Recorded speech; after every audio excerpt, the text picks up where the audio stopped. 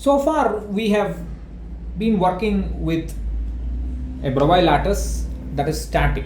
That is, we did not consider any kind of lattice vibrations, but there are many areas in which such a simplification will not work. For example, you cannot account for the temperature dependence of the electrical resistance in metals. You cannot account for polarization in insulators, that is dielectrics. Then you cannot account for how these dielectrics interact with electromagnetic radiation. You cannot account for the frequency dependence of the dielectric constant. Then there is inelastic light scattering. You have X-ray scattering, neutron scattering. None of these can be accounted for. Insulators are good. Some insulators are good conductors of heat. You cannot explain why without accounting for lattice vibrations. Then sound can travel in solids, and that is because of lattice vibrations. The specific heat of a substance is given as a constant according to classical physics, but it is not a constant. It drops dramatically with temperature. We cannot account for that.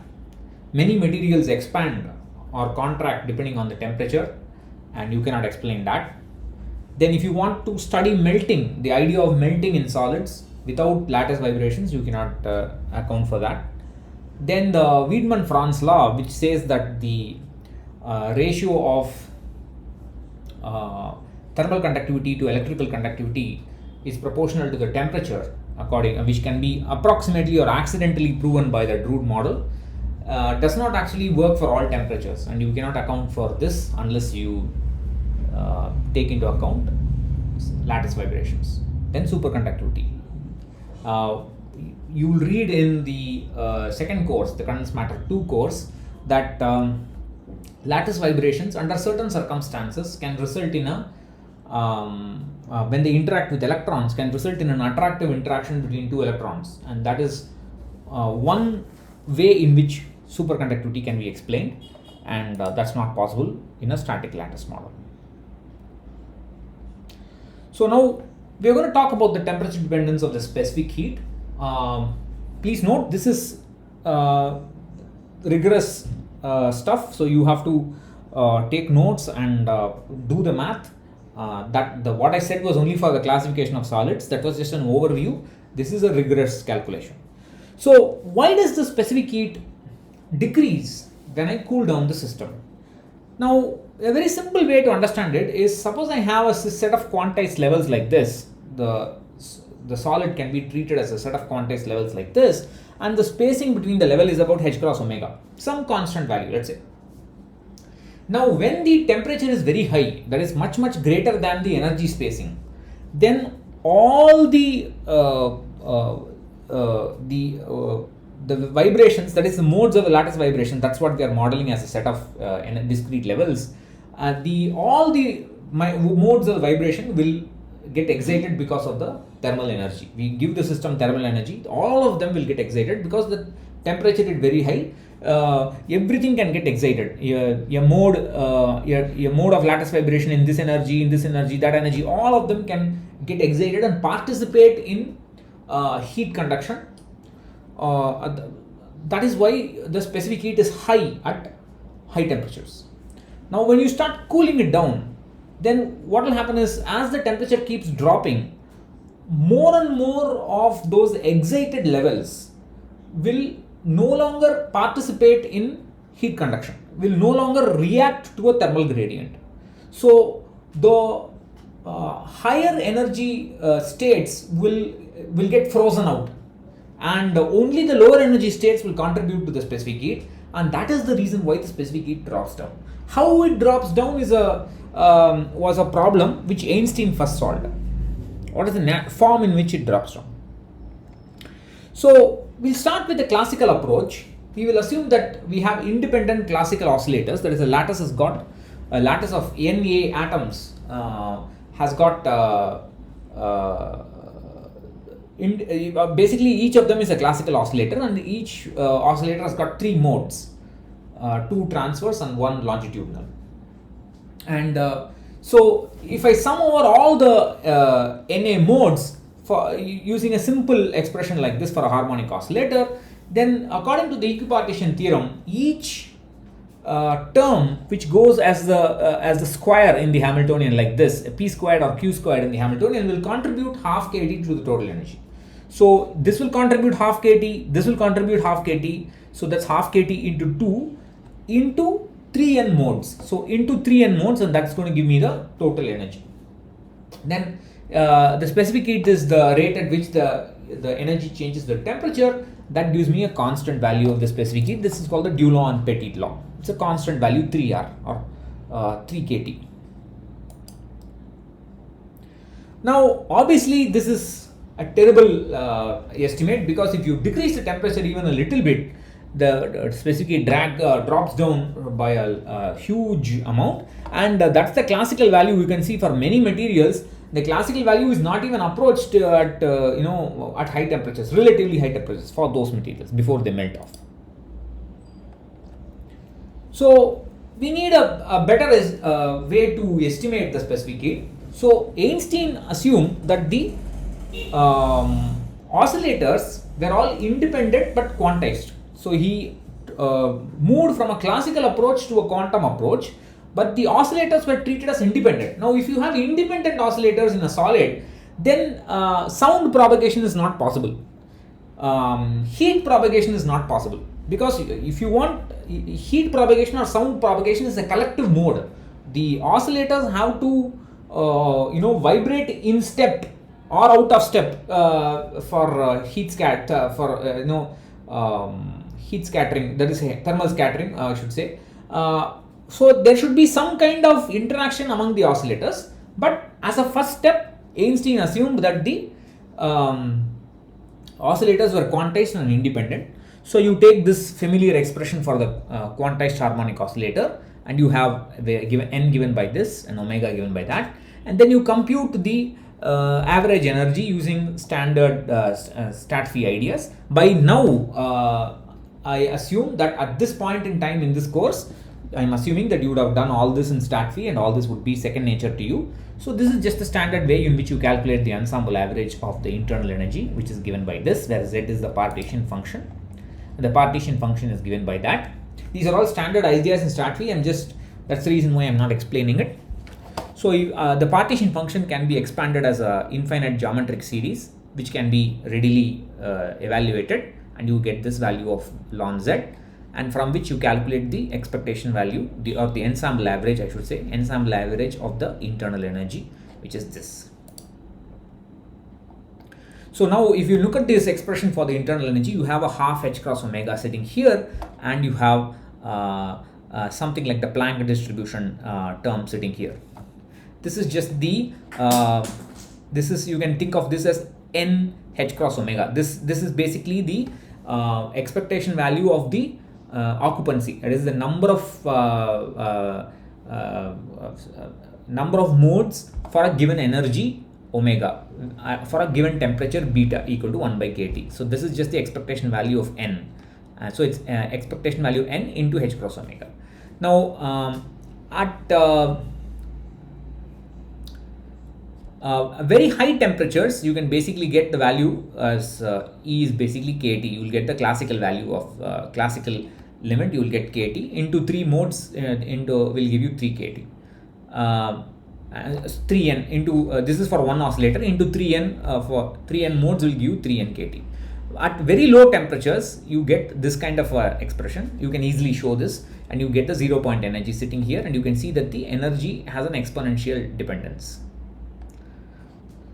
So now I have for 3n modes, I have just had to multiply the expression by 3n, and I can calculate the specific heat. Because there is an exponential dependence here, the specific heat will also have an exponential dependence. I now introduce the parameter theta E as h cross omega by k. That's called the Einstein temperature. So for temperatures much greater than the Einstein temperature, you can easily see that I would like you to show this, the specific heat tends to the classical value of 3R or 3 kT, and for temperatures much lower than the Einstein temperature, you get this kind of an exponential decay in the specific heat. this exponential decay is too fast. The experimental data falls, but it doesn't fall as fast as an exponential decay. It falls as t cube. But this was a very good success because it helped us understand the general form of how and why the specific heat decreases. The specific heat decreases because more and more of the higher energy modes, the average occupation in the higher energy modes tend to zero at high temperatures, because only the lower modes will contribute at low temperatures, because the vibrations have come down. The lattice vibrations are much lower at lower temperatures. So some modes have frozen out. Out of all the available modes, only the low frequency modes will contribute to specific heat. The high frequency modes are all frozen out. And experiments tell you that the specific heat go as T cube, scales as T cube, which has to be accounted for.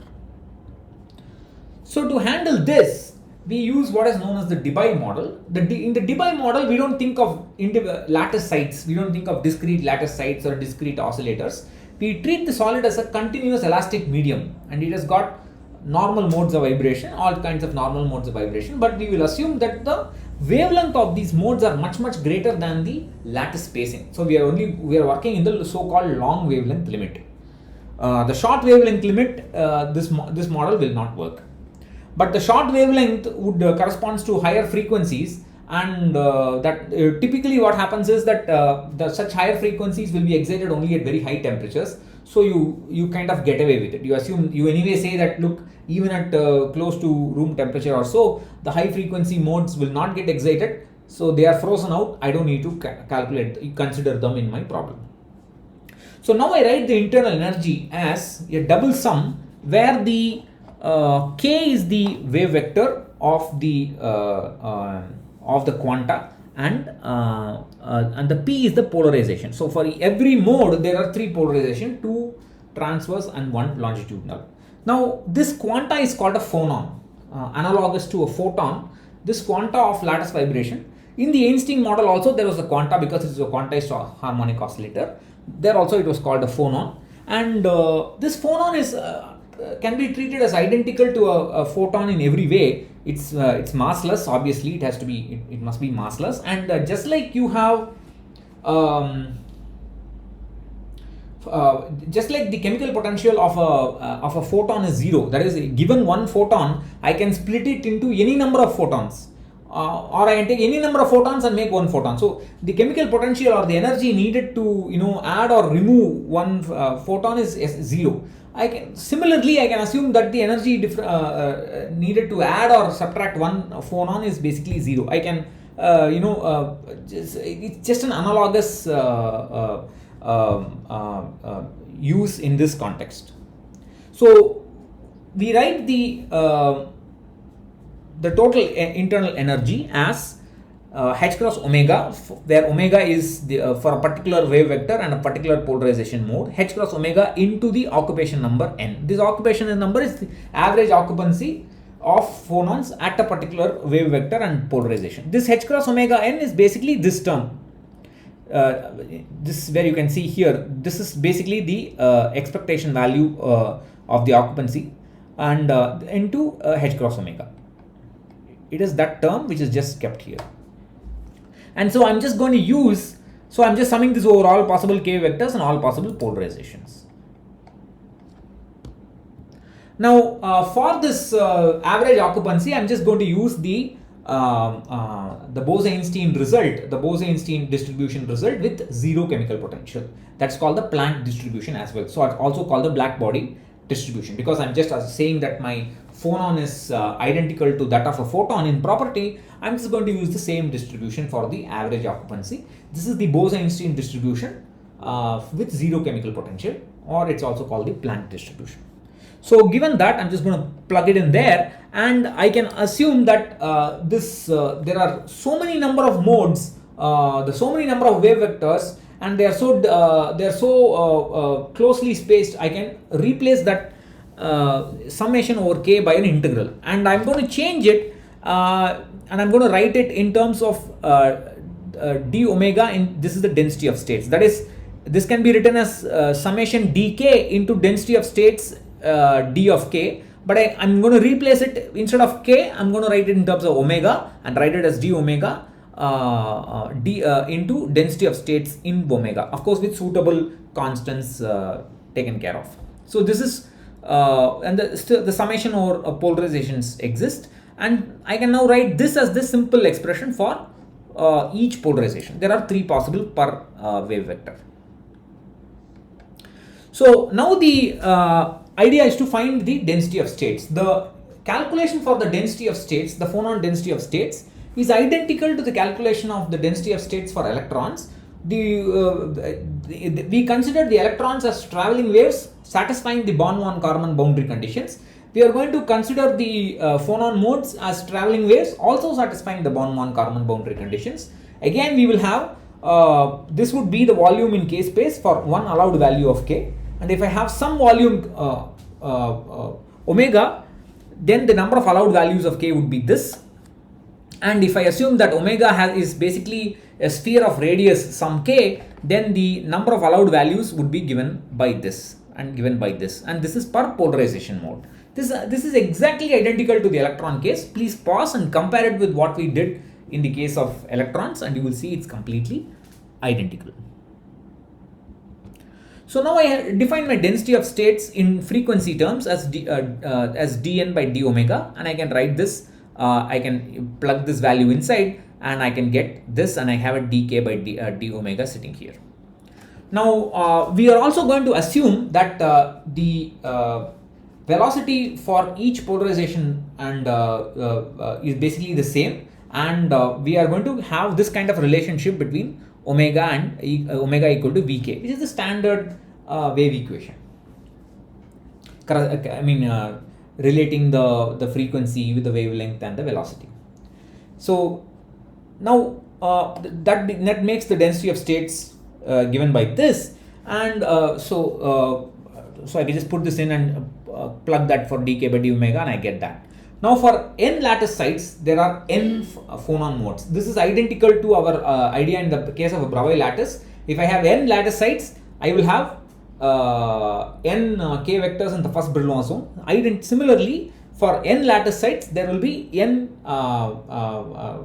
wave vectors or n phonon modes. And Debye assumed that there is a maximum frequency at which the sound will be supported. That is, you can allow sound to travel through the solid, and there will be different frequencies which will support that velocity of sound, which will have the same velocity, which is also called the Debye approximation. But there is a maximum frequency, and that maximum frequency is omega d, the Debye frequency, and a corresponding Debye wave vector. This is analogous to saying that all levels up to kf in the case of electrons will be occupied, and that's called the Fermi wave vector.